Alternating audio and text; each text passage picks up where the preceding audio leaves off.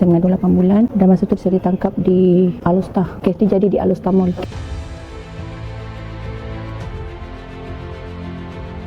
Saya masuk kes Seksyen 3/1 Akta Penculikan.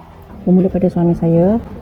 Suami saya bekerja sebagai engineer. Pekerjaan sampingan tu saya tak tahu. Cuma yang saya tahu dia bekerja Maxis lah, engineer Maxis.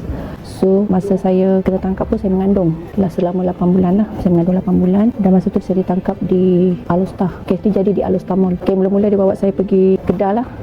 Bawa saya pergi Kedah. Dia beritahu saya, dia kata jom ikut dia pergi kerja. Okay. Dia bawa lah saya sebab saya takut bersalin kan. Jadi dia bawa saya pergi. Bila sampai di Kedah, dia letak saya di hotel. Masa di hotel, saya pun duduk dalam hotel, dia pun keluar dengan pekerja dia. 4 orang. Lepas tu, masa petang tu saya mesej dia. Saya kata balik saya nak makan sebab saya dah lama sangat dalam hotel. Bila dia sampai kat saya, dia bawa saya pergi Alustar Mall. Masa kami sampai di Alustar Mall, di parking masa kes, suami saya keluar, dia tangkap satu bangsa ni, perempuan. Dia cakap masa ni hutang dia. Saya pun tak tahu sebab saya pun tak kenal mereka. So saya tanya siapa perempuan ni. Dia kata suami dia hutang dia. Saya terkejut, suami hutang. Sedangkan kami ni duduk KL, macam mana dia boleh kenal orang dalam Kedah ni. Dia kata suami dia hutang duit dia 30,000. So dia ambil lah, ambil tu dia bawa pergi KL. Masa tu saya tak tahu nak ke mana sebab saya tak tahu jalan untuk keluar pada Kedah ni. Jadi saya pun, suami saya pakai kereta mangsa lah. Saya pun pakai kereta saya sendiri, follow pada belakang. Lepas tu kereta saya parking di Selun masa tu. So saya naik sekali dengan mangsa. Dan saya pergi ke KL balik, di hotel jugalah. Masa tu suami saya ambil duit tu lah.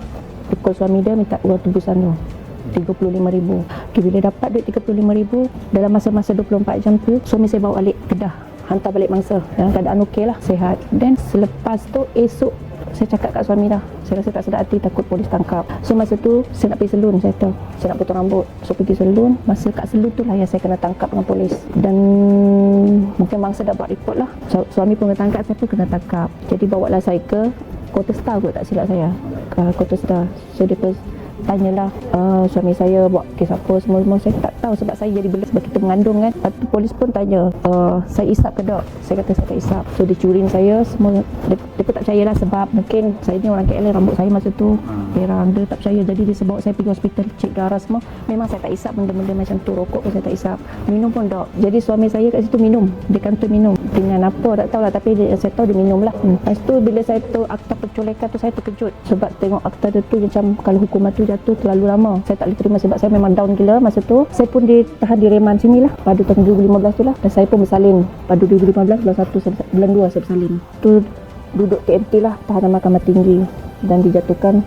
Selepas tu saya dah jatuhkan hukuman selama 30 tahun.